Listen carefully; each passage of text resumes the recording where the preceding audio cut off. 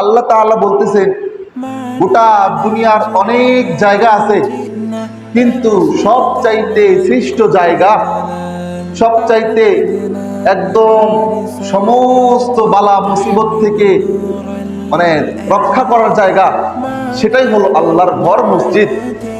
তো আল্লাহ রাব্বুল আলামিন ওই মসজিদের ভিতরে আমাদেরকে উপস্থিত করেছেন। আবারও বলি আলহামদুলিল্লাহ। মুহতারাম হাজিরিন, আজকে 10 মুহররম। এই 10 মুহররম নিয়ে কালকে আমরা অনেক আলোচনা শুনেছিলাম। আল্লাহ রাব্বুল আলামিন এই দিনের মধ্যে অনেক অনেক ঘটনা ঘটায় দিয়েছেন। আল্লাহ তাআলা এই দিনের মধ্যে হযরতে আদম আলাইহিস সালামের তাওবাকে কবুল করে নিয়েছেন। আল্লাহ তাআলা এই দিনের মধ্যে হযরতে ইউনূস আলাইহিস সালামকে মাছের পেট থেকে রক্ষা করেছেন। আল্লাহ তাআলা এই দিনের মধ্যে হযরতে নূহ আলাইহিস সালামের বিশাল নৌকাকে, জাহাজকে আল্লাহ তাআলা যদি পাহাড়ের ভিতরে যেই দিন রক্ষণাবেক্ষণ করেছেন, যেই দিন আটকায় দিয়েছেন, সেই দিনটাও ছিল 10 মুহররমের দিন। সুবহানাল্লাহ বলেন। আল্লাহর পয়গম্বর হযরতে নূহ আলাইহিস সালাম, উনি আল্লাহ তাআলার জলিলুল কদর একজন বড় মাপের পয়গম্বর ছিলেন,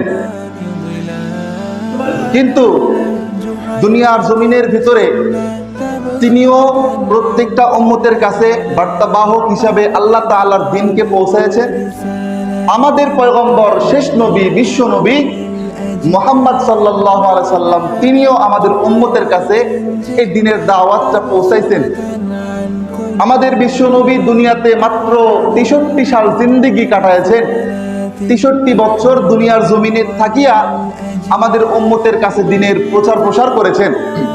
আর হযরতে নূহ আলাইহিস সালাম দুনিয়ার জমিনে শুধু 63 বছর নয়, 100 বছর নয়, 200 বছর নয়, আল্লাহ তাআলা তিনাকে দুনিয়াতে রেখেছিলেন 950 বছর। সুবহানাল্লাহ বলেন।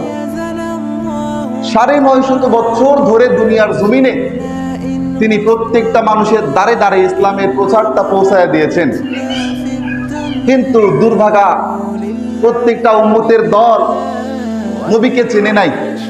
950 বছর দাওয়াত দেওয়ার পরে তাফসিরের ভিতরে আছে 80 জন মানুষ, এবং কোন তাফসিরে আছে 40 থেকে নিয়ে 42 জন মানুষ মাত্র মুসলমান হয়েছে।